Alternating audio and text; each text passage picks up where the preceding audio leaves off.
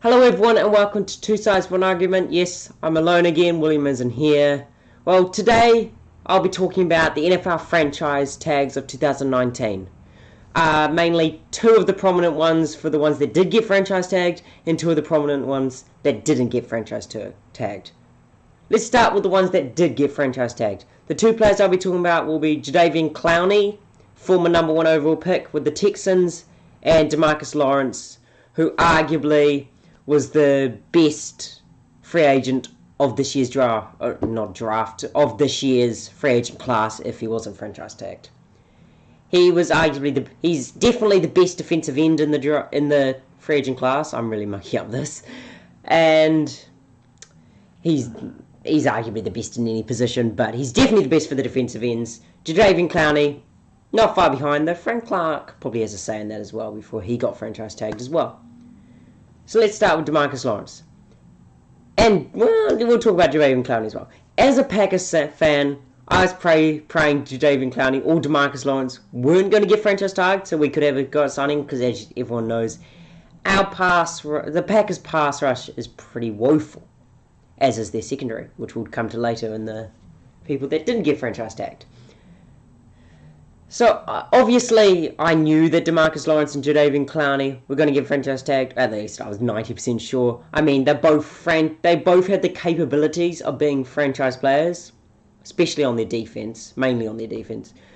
Demarcus Lawrence is kind of already a defensive franchise player, while Jadeveon Clowney, whilst he still operates at a very good level, coming from a number 1 overall pick, you probably expect a little bit more. But who knows? He is still very young. He still has a very high potential. And if he can work alongside J.J. Watt with the Texans, if J.J. Watt can play a full season, fully healthy, who knows what he can do.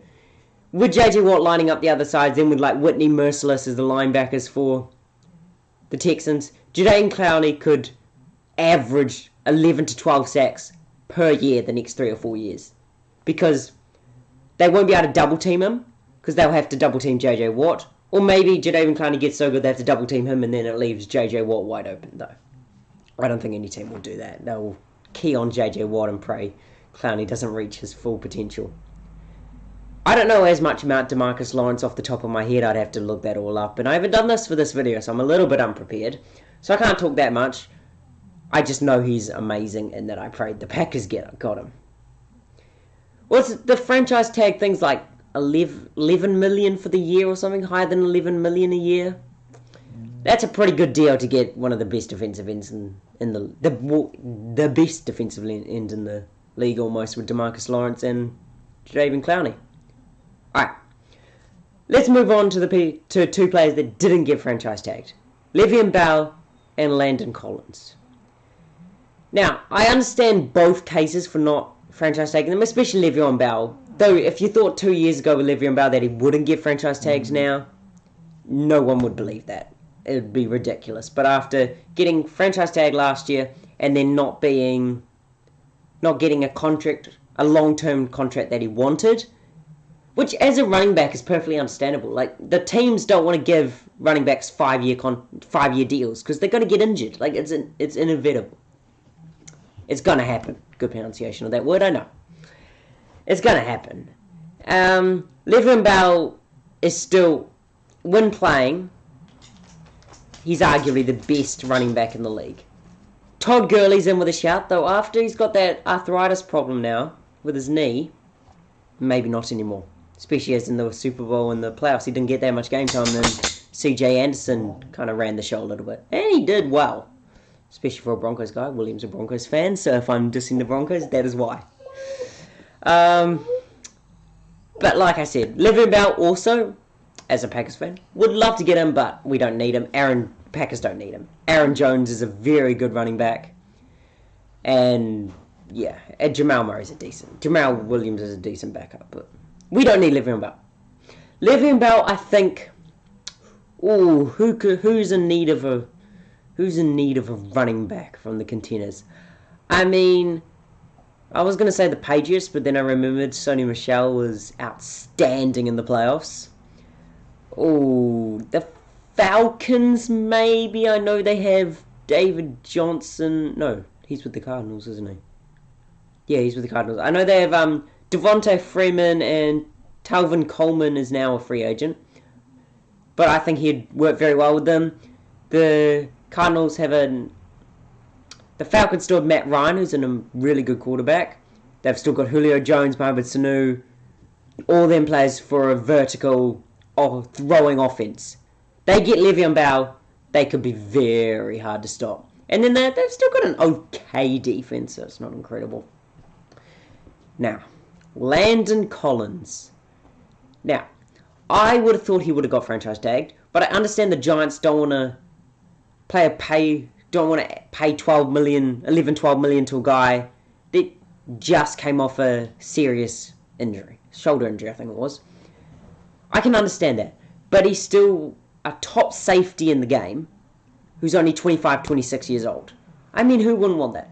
Now, again, as a Packers fan, as a team that is one of the worst secondaries in the world, well, J.A. Alexander's not bad, but everyone else is terrible. So we need Landon Collins. I really want him. I think all Packers fans really want him. And I think he'd be a huge difference maker to our defense. We're obviously going to draft... Packers are definitely going to draft defensive ends like Ja'Kai Polite, whatever his name is. He had a bad combine, but we'll ignore that. Maybe Montez Sweet, who had that ridiculous 40-yard time as a defensive end. 4.41 seconds. Ugh. So I think our Packers defense would definitely improve.